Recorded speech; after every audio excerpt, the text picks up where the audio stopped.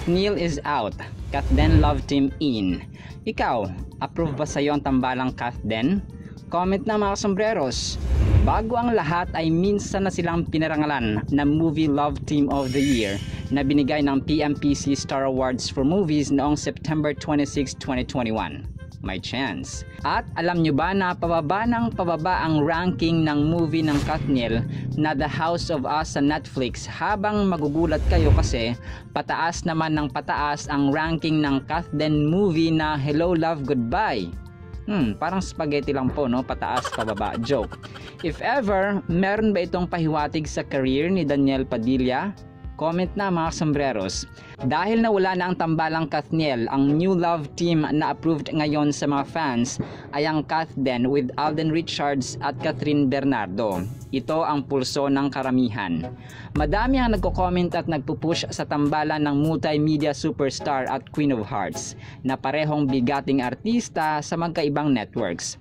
Sabi pa ng iba, total wala ng Kathniel, Kathden, mas maganda at patok sa kanilang henerasyon at parehong may magandang imahe sa showbiz, kung kaya swak sa panlasa ng mga fans.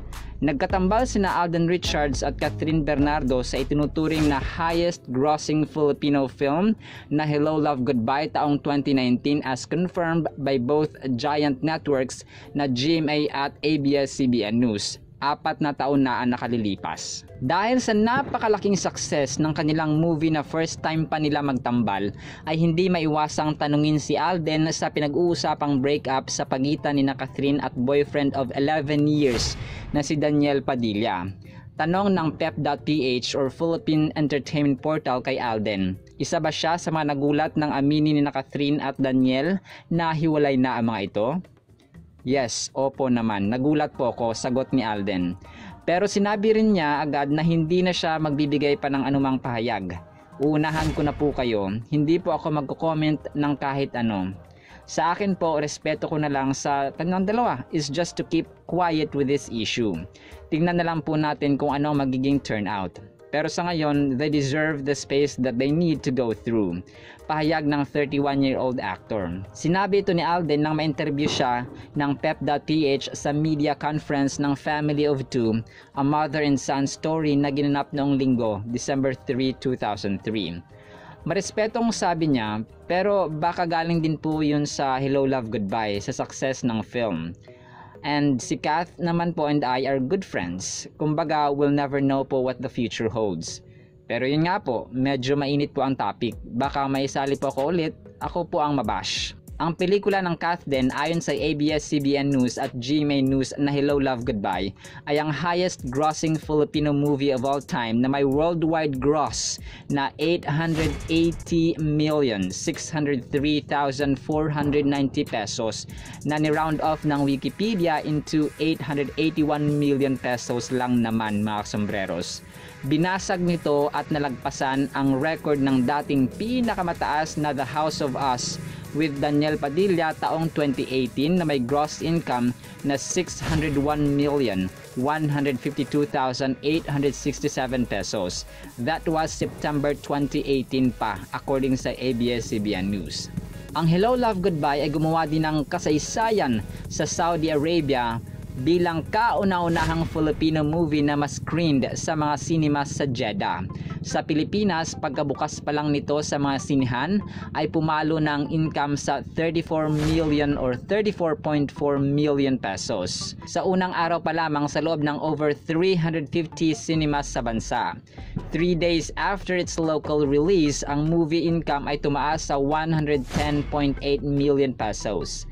Sa pang-apat na araw naman ay 176.6 million pesos at naipalabas na sa 465 cinemas nationwide. As of August 12, 2019, ang movie produced by Star Cinema ay may gross income na 505 million or 505.7 million pesos dito lamang sa bansa. After 17 days sa mga sinihan, umakyat ito sa 603 million pesos domestically. Sa international places naman, ang pelikulang directed by Direk Kathy Garcia Molina ay kumita ng $2,132,000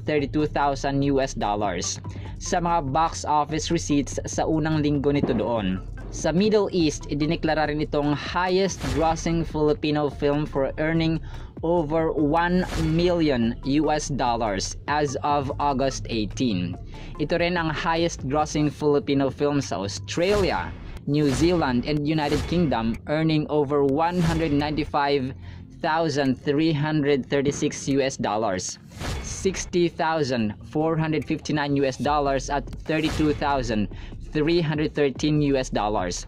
Dahil sa galing ng lahat ng cast ay umani ito ng sangkatutak na awards, nominations at recognitions gaya ng Phenomenal Star of Philippine Cinema category sina Catherine Bernardo at Alden Richards. Film Actor of the Year si Alden, habang Film Actress of the Year naman si Catherine. Most Popular Film Screenwriter sina Carmi Raimundo, Rona Go at Cathy Garcia Molina. Most Popular Film Director si Direk Cathy. Lahat ito under Box Office Entertainment Awards noong October 18, 2020. Another set of awards ay nanalong Movie of the Year ang Hello Love Goodbye, Movie Director of the Year si Direk Cathy, Movie Actor of the Year si Alden, Movie Supporting Actress of the Year si Maricel Laksa, Movie Screenwriter of the Year si Direk Cathy, kasama sina Carmi Raimundo at Rona Ko. Movie Love Team of the Year sina Catherine at Alden. Lahat ito ay from PMPC Star Awards for Movies noong September 26, 2021. Ang highest grossing film na Hello Love Goodbye ay humakot din ng nominations gaya ng Best Asian Film na ginawad ng prestigyosong Australian Academy of Cinema and Television Arts Awards or AACTA noong December 4, 2019. Best Direction Fiction si Direk Cathy Garcia Molina, Best Feature Film, Best Original Screenplay nina Carmi Raimundo, Cathy Garcia Molina at Rona Go, mula lahat sa Asian Academy Creative Awards noong December 3 to 4, 2020. Hindi pa dyan nagtatapos dahil nominated as Best Actor si Alden Richards, Best Actress si Catherine, Best Editing si Maya Ignacio, Best Scoring kay Jessie Lasatin, lahat mula sa FAMAS Awards noong December 20, 2020. Another nominations kina Catherine Bernardo as Best Actress, Best Actor si Alden Richards, Best Supporting Actress si Maricel Laksa. Lahat ito ay from Gawad Urian Awards noong November 10, 2020.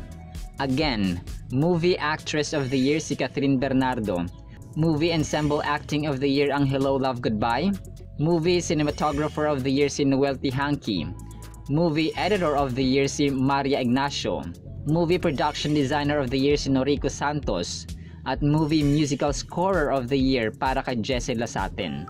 Lahat ng nominations ay ginawad ng PMPC Star Awards for Movies noong September 26, 2021. Ang novel adaptation ng Hello Love Goodbye ay sinulat ng Palangka awardee na si Charmaine Lazar at published under ABS-CBN Books at nirelease noong August 26, 2019. Ang highest grossing film ay produced by Carlo Katigbak at Olivia Lamasan.